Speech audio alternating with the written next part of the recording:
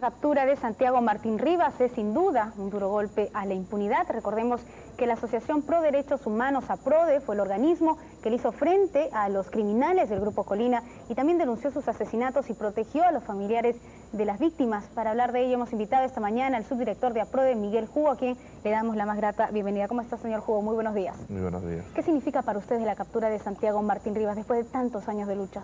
Bueno, en primer término creo que es un acto muy importante. Nosotros hemos venido reclamando hace buen tiempo la captura de este personaje y solo podíamos pensar que había algún sector poderoso que estaba protegiendo a esta persona.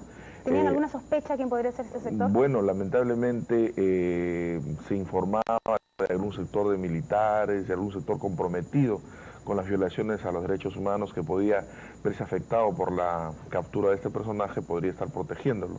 Pero felizmente la Policía Nacional ha dado con este señor y lo ha puesto pues a buen recaudo, ¿no? Son más de 10 años que APRODE está luchando junto con los familiares para, digamos, que se esclarezcan los hechos. ¿Ustedes tenían algún dato, alguna información con respecto al paradero de Santiago Martín Rivas? Bueno, en primer término decir que Martín Rivas estuvo detenido 7 meses en el cuartel Bolívar, gozando de todas las prerrogativas, en cancha de tenis, etc. En segundo lugar, de oro, dicen muchos. Así es. En segundo lugar, luego de la ley de amnistía, este personaje inclusive llegó al Congreso. Llegó al Congreso a dar explicaciones el año 97. Estuvimos ahí presentes para también en ese momento enfrentarlo. Él huyó por las ventanas del Congreso, apoyados por congresistas de esa época. A partir de allí hemos visto que han habido cartas que él ha enviado a diferentes medios de comunicación y inclusive señalando la posibilidad de dar información, etcétera, ¿no? Sin embargo, ¿Para afiliarse a la colaboración eficaz? Posiblemente, inclusive él estaba, según información que tenemos, pidiendo exención de pena, ¿no? Cosa que para nosotros era terrible que una persona, un criminal como Martín Rivas, pudiera acogerse a algún tipo de exención de pena. Había que aclarar en todo caso que él no puede afiliarse a la colaboración eficaz porque él es cabecilla, ¿no es cierto? Él no puede pedir esa serie de beneficios. Así es, y en esa medida nosotros comenzamos a demandar, puesto que a partir de mayo del 2001 había una orden de captura por el caso Barrios Altos, y hay una serie de procesos pendientes, como es el reciente caso del periodista Pedro Yauri, que ha sido denunciado por el fiscal Richard Saavedra, como que ha sido, digamos, esta persona fue desaparecida por miembros del grupo Colina, ¿no? Y ahí hay una lista de 41 personas, de las cuales, como hemos visto hasta ahora, como hay 6 o 7 personas, es decir, todavía hay un conjunto de personajes como Carlos Pichilingüe, Andrés Sosa y otros que tendrán que ser detenidos igualmente como Martín Rivas. ¿Qué significa para nosotros la caída de Santiago Martín Rivas? ¿Qué significa para el resto de personas que estuvieron involucradas del fuero militar, que estuvieron involucradas en los hechos de violencia? ¿Qué significa, por ejemplo, para el juicio que le estamos entablando a Alberto Fujimori? Bueno, en primer término yo creo que la captura de Martín Rivas es un hecho muy importante porque para nosotros como que se estaba burlando de la justicia. En segundo lugar, él puede dar una serie de informaciones que permitan establecer quién es la autoría, digamos, intelectual de todos estos casos que se ha venido mencionando. En tercer lugar, creo que esta persona debería, digamos, como un acto humano, informar a los familiares de las víctimas, por ejemplo, de los desaparecidos, dónde están los restos de sus seres queridos, ¿no? Es decir, en el caso de Santa, en el caso de Pedro Yauri, en el caso de la Universidad del Centro, es decir, hay miles de familiares que están exigiendo que se les diga dónde está el paradero de sus seres queridos, ¿no? Y entonces, en esa medida creo que también debería haber una exigencia a él para que pudiera dar esta información. Poco a poco se va sabiendo un poco más de la implicancia que tuvo él dentro de este grupo Colina.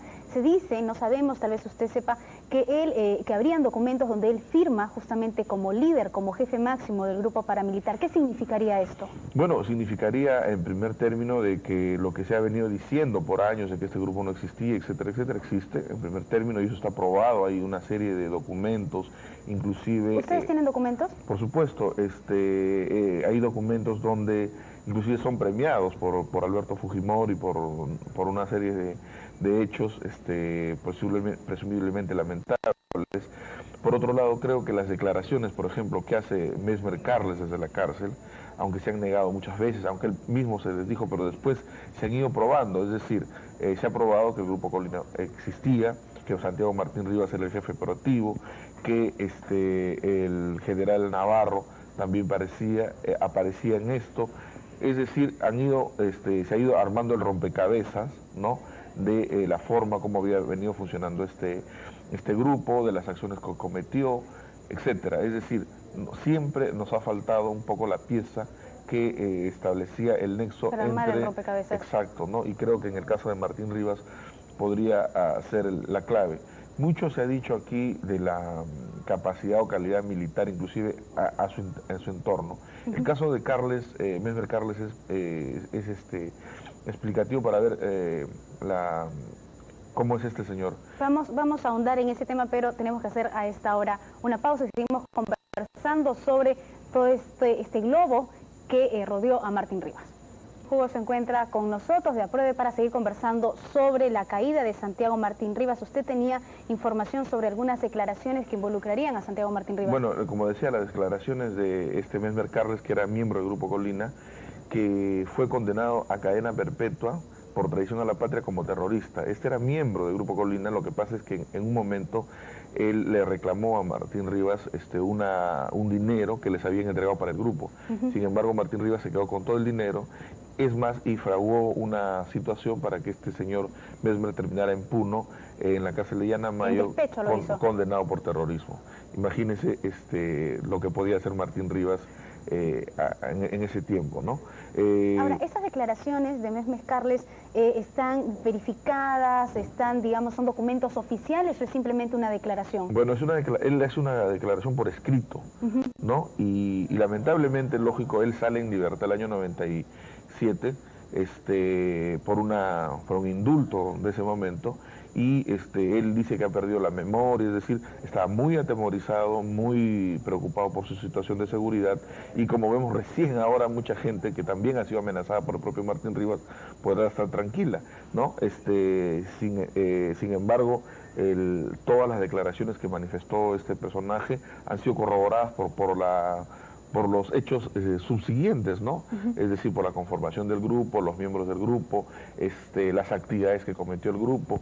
En el caso de Pedro Yauri, por ejemplo, el fiscal Richard Saavedra ha hecho un recojo muy minucioso, ¿no?, de cómo ha actuado este grupo y cómo es que participó no solo en el caso de Pedro Yauri, sino también en el asesinato de una familia ventosilla en la zona de Huacho, ¿no? Me queda solamente un minuto, me informan, ¿qué es lo que están pidiendo los familiares? Bueno, los familiares creo que en primer lugar podrán estar tranquilos porque también estaban siendo amenazados por este personaje. En segundo lugar, creo que están demandando a las autoridades que le caiga todo el peso de la ley y también pedirle a este personaje que pudiera informar dónde están sus seres queridos para poder ellos por lo menos tener algún tipo de tranquilidad. Una pregunta final, ¿el Ministerio del Interior y las investigaciones que se realicen están contando con la presencia de los familiares? ¿Los están convocando?